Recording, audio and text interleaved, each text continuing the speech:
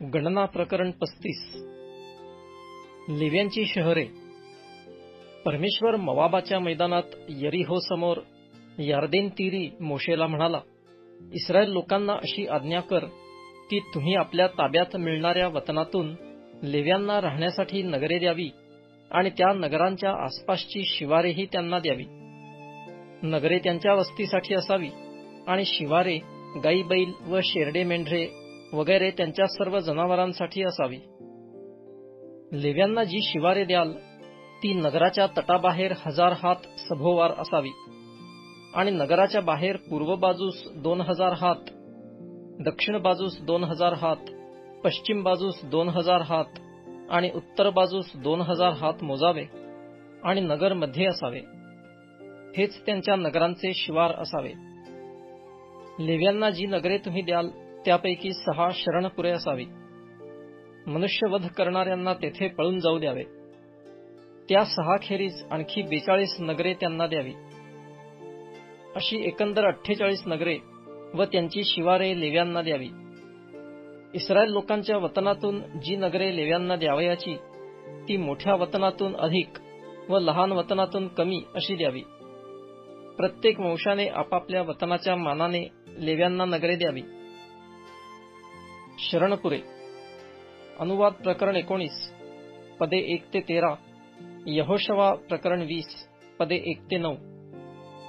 परमेश्वर मोशेला म्हणाला, इस्रायल लोकांना सांग, यार्देन ओलांडून तुम्ही कनान देशात पोहोचाल तेव्हा तुमच्याकरिता शरणपुरे म्हणून काही नगरे ठरवा. म्हणजे कोणाच्या हातून चुकून मनुष्यवध झाला तर त्याने तेथे पळून जावे. सूड उगविणाऱ्यापासून आश्रयस्थानांदाखल ही नगरे तुमच्या उपयोगी पडतील. आणि खुनी मनुष्याचा मंडळीसमोर न्याय होईपर्यंत त्याला कोणी मारून टाकू नये. जी नगरे तुम्ही द्याल त्यापैकी 6 तुमची शरणपुरे असावी. 3 नगरे यार्देनेच्या पूर्वेस द्यावी आणि 3 नगरे कनान देशात द्यावी. ही शरणपुरे होत. ही 6 नगरे इस्रायल लोकांसाठी व त्यांच्यातल्या परक्यासाठी व उपऱ्यासाठी आश्रयस्थाने म्हणून नेमिली आहेत. एखाद्याने चुकून मनुष्यवध केला तर त्याने तिकडे पळून जावे. तथापि एखाद्याने लोखंडी शस्त्राने कोणावर प्रहार केला आणि तो मेला तर त्याला खुनी समजावे. अशा खुनी मनुष्याला अवश्य जिवे मारावे. ज्याकडून मृत्यू घडेल असा धोंडा एखाद्याने हाती घेऊन कोणाला मारिले आणि तो मरण पावला तर त्याला खुनी समजावे. अशा मनुष्याला अवश्य जिवे मारावे. ज्याकडून मृत्यू घडेल असे लाकडी शस्त्र एखाद्याने हाती घेऊन कोणास मारिले आणि तो मरण पावला तर त्याला खुनी समजावे. अशा खुनी मनुष्याला अवश्य जिवे मारावे. रक्तपाताबद्दल सूड घेणाऱ्याने स्वतः त्या खुनी मनुष्याला जिवे मारावे. तो सापडेल तेथे त्याने त्याला जिवे मारावे.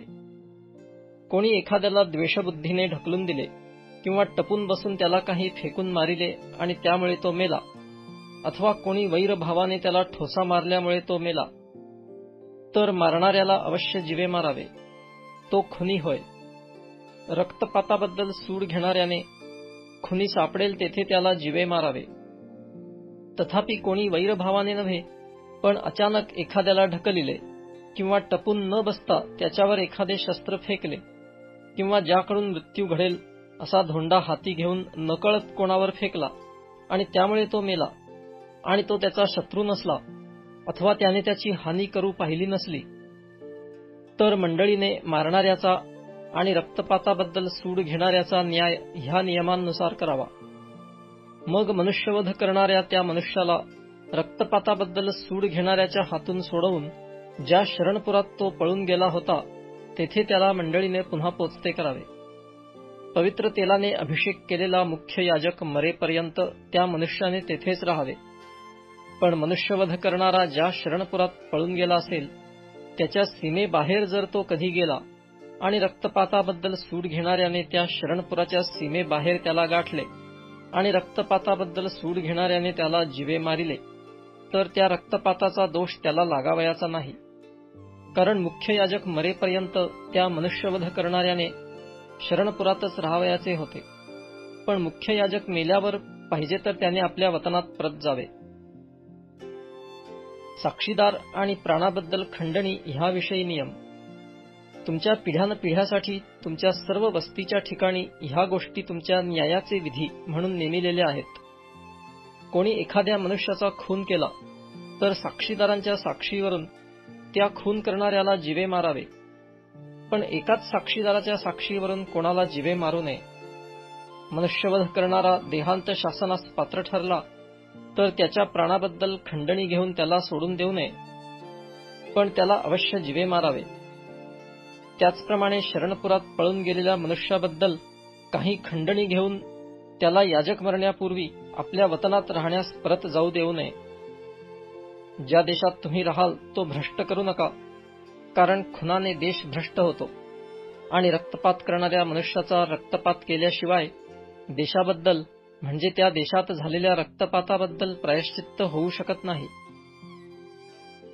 ज्या देशात तुम्ही वस्ती कराल त्यामध्ये मी राहीन, म्हणून तो देश अशुद्ध करू नका, कारण मी परमेश्वर इस्रायल लोकांमध्ये वसत आहे.